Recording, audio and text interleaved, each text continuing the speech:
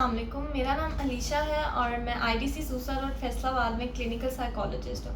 आज हम लोग बात करेंगे ऑब्सेसिव कंपल्सिव डिसऑर्डर ओसीडी के ऊपर। ये वहम वसवसे का मर्ज है और घबराहट और परेशानी की वजह से आता है, तो इसलिए हम इसे एक एंग्जाइटी डिसऑर्डर भी कहते हैं। इसके अंदर सबसे पहले आ जाती हैं ऑब्सेशंस। ऑब्सेशंस क्या है? Unwanted intrusive repetitive thoughts. Unwanted जो हम लोग चाह नहीं रहे होते, इंट्रूसिव जो हमारे दिमाग के अंदर तक घुस जाती हैं, और रेपिटेटिव जो बार बार आती हैं हमें थॉट्स। तो ये वाली जो थॉट्स है ना, ये कम्प्लीटली नॉर्मल है, आम बंदे को भी आती हैं। जैसे कि अगर हमारी गली में कोई चोरी हो गई है तो बार बार उठ के दरवाजे की कुंडी लगाना। जैसे बाजार में जा रहे हैं, अगर ज़्यादा पैसे हैं पर्स में तो बार बार उन पैसों को चेक करना, ये नॉर्मल कंडीशंस में भी होता है। लेकिन अगर ये वाला एक्ट्स जो हैं, इन ऑब्सेशंस के बाद कंपल्शंस भी आ रही हैं, यानी उनको काम, उन थॉट्स के ऊपर काम भी किया जा रहा है, उनके ऊपर बार बार वो रिपीटेटिव एक्ट किया जा रहा है, तो इसको हम ओसीडी कहते हैं।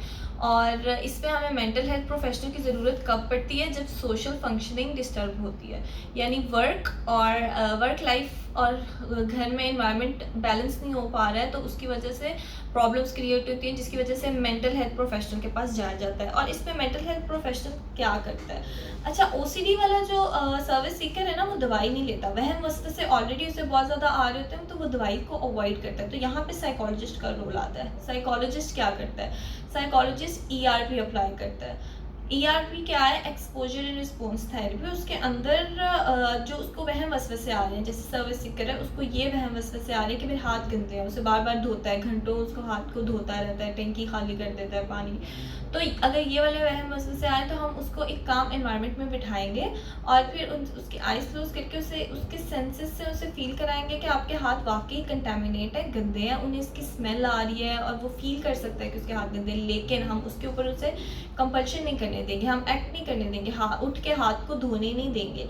तो इसी थेरेपी को ही हम कहते हैं और इसी से ही ट्रीट करते हैं। जो रिस्पॉन्स नहीं करने देंगे ना, इसकी जगह हम लोग ऐसे कोपिंग मैकेनिज्म्स उसको इंट्रोड्यूस कराते हैं, जिसकी वजह से वो उनको यूज़ करके उसके ऊपर रिस्पॉन्स नहीं करता है। उसको इन एक्ट्स को मेडिकेशन से भी ठीक किया जा सकता है फार्माकोलॉजिकली, जो साइकियाट्रिस्ट प्रोवाइड करते हैं, जो फ्लॉक्सिटीन ओलेंजापिन ये यूज़ कर होती हैं। लेकिन कोपिंग मैकेनिज्म से भी इनको अवॉइड किया जा सकता है। और इसके अंदर बेसिकली हम यही करते हैं कि ऑब्सेशंस के बाद जो कंपल्शंस आ रही है ना, इस चेन को ब्रेक करना होता है। इसका मैनेजमेंट यही है।